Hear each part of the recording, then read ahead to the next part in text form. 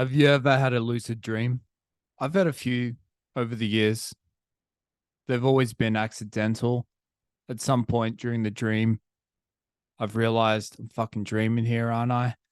And the irony is that at this point, things should shift over into like God mode, where you're like, get the fucking, let's get the whores, let's get the drugs, let's make something happen in this dream. But it never eventuates like that for me.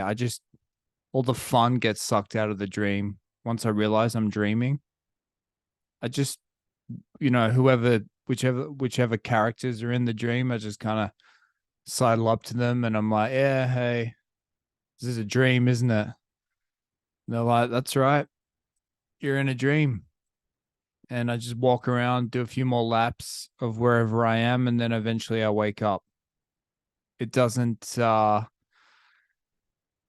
never practiced the art of lucid dreaming. And I've always just thought that lucid dreaming seems to be for control freaks.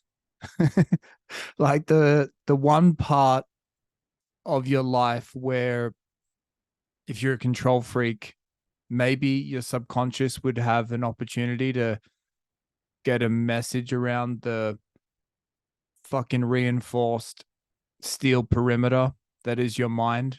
Slip in a few messages like, hey, maybe don't talk over people all the time, or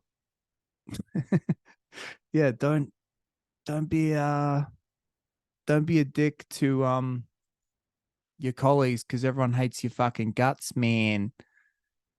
Those little messages that you might get in a dream through obvious or not so obvious metaphors. If you lucid dreaming, you're like, no, I'm in control there as well. But yeah, it seems like something people do. Isn't it the whole like when you walk through a door in your waking life, you gotta say, I'm uh I'm not dreaming.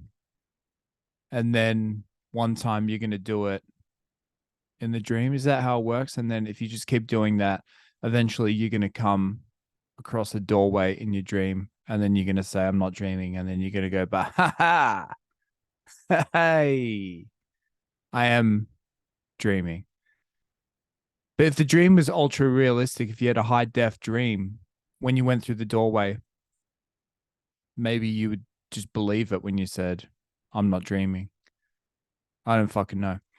Don't listen to me about it, but it is a wild thing to kind of consider.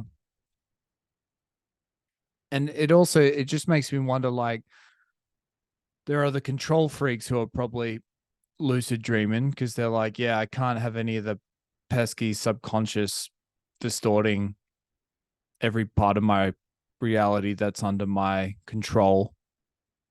But you would also, I guess, probably just have maybe some people who have really fucking sick or weird fantasies that they kind of want to get freaky with IRL, but that would involve some form of risk, either in terms of the law, uh, just some weird looks from family members or friends when you share these fantasies. So they're like, you know what?